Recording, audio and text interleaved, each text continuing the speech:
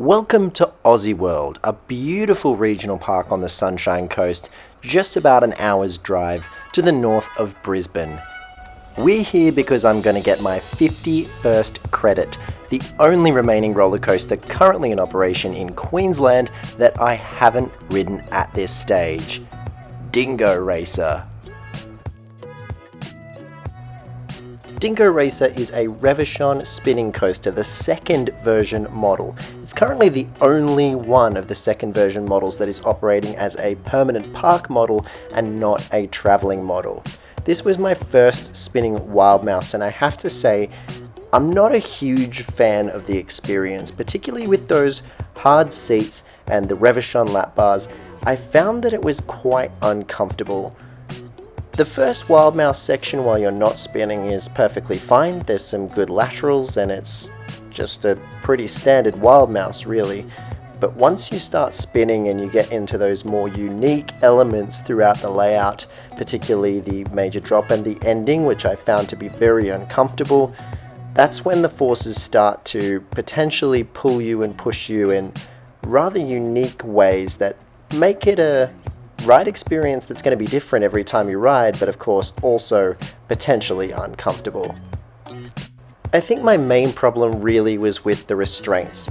It's not very comfortable sitting in this Wild Mouse car, and I think that it would be a lot better ride experience if those forces were not potentially painful if you were thrown up against the side of the car or into your lap bar, which can be quite painful in those sensitive areas. But overall, it's a fun experience. It's going to be different every time you ride, so it has great re-rideability. This weird little bit at the end is not great, and I think that it really ruined the ride, that ending. We got a couple of rides on Dingo Racer. Overall, I thought it was an enjoyable enough coaster, and we checked out some of the other rides, including going for a re-ride on the Wacky Worm Bug Run, and checking out some of the more unique experiences like the Illusionarium, which is a walk-through attraction. Overall, this is just a really nice looking park. I highly recommend the log flume called Plunge. It's a lot of fun as well. Unfortunately, Redback, one of the major flat rides, was closed for the day. But of course, we had to go for re-rides on Dingo Racer. Overall, I give it 3 stars out of 5. It's enjoyable, and I really like the way they've presented this ride. There's some nice, I don't know if I'd call them theming elements, but decorative elements around the area. I'm not a personal fan of the ride model. I do think that the discomfort level kind of ruins the intensity of the ride and the family aspect of the ride.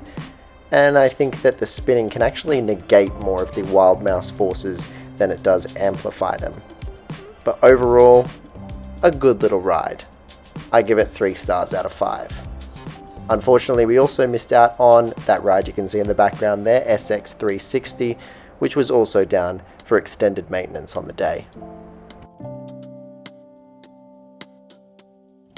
Aussie World is also home to a fantastic pub which you just have to check out. The food here is great and the view of the park is as well. It's a very unique little spot to grab some lunch.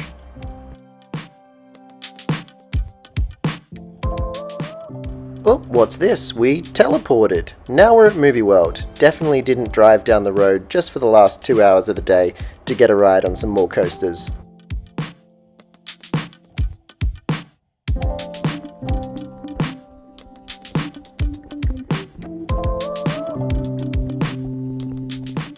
After going for the obligatory spin on DC Rivals, great airtime, best I've had it running by the way, we went to the Roadrunner roller coaster, which is a ride I haven't ridden in a long time. I was interested to ride because this little Vekoma Junior coaster got new trains since the last time I rode it. Now I did find that these trains were a little interesting. The restraint itself is a little bit more comfortable than what it used to be, but I found that the legroom seems to have been compromised in order to make that happen.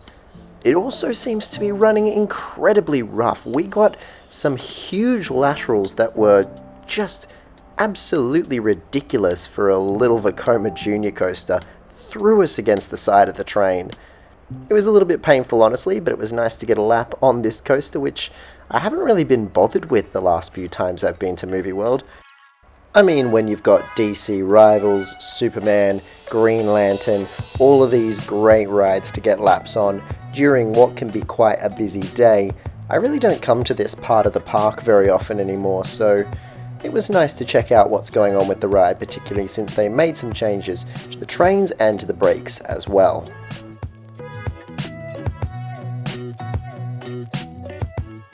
Now, there were quite a few rides down on this particular day, but that's not necessarily all for bad reasons. We poked our heads over the construction fences to see what was going on with Superman. While it's down for its annual maintenance, there are rumours that an Intamin surf rider which has been operating at Wet n Wild may be relocated there. And of course there's a new kids ride coming as well, Marvin the Martian Cosmic Boom. Not too much happening in that construction site just yet.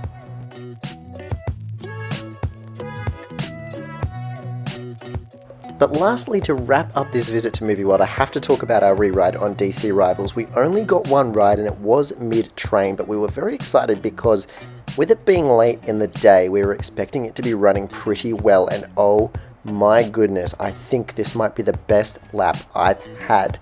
Full on ejector off that first drop. It was absolutely insane. The attendant didn't staple me for once. I got full-on ejector through the non-inverted loop as well, which was very surprising considering that we were mid-train.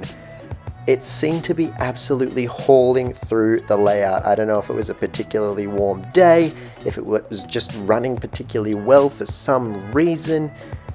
It was fantastic. So that was probably the highlight of the day, even after picking up a brand new credit.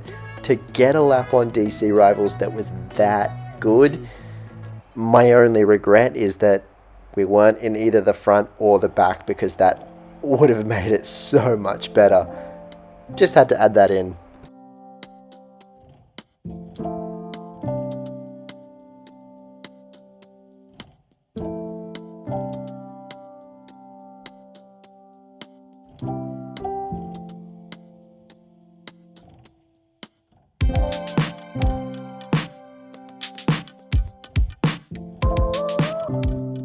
Final thoughts on my 51st credit Dingo Racer.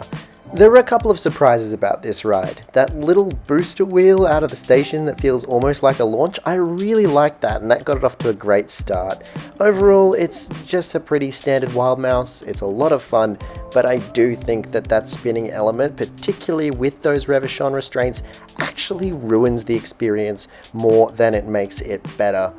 I give it 3 stars out of 5. I think it's a nice addition for Aussie World, a park that didn't have another coaster other than its Wacky Worm since the removal of the old Wild Mouse. But I would like to see them get something with a little more oomph and hopefully a little more comfort factor.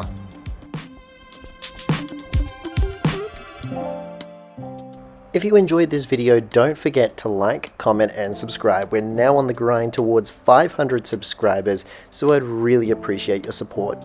I'd also like to take this time to thank you for your support over the last few videos.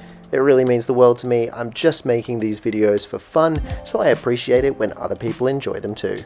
I'll catch you all in the next one. Leviathan review coming up soon.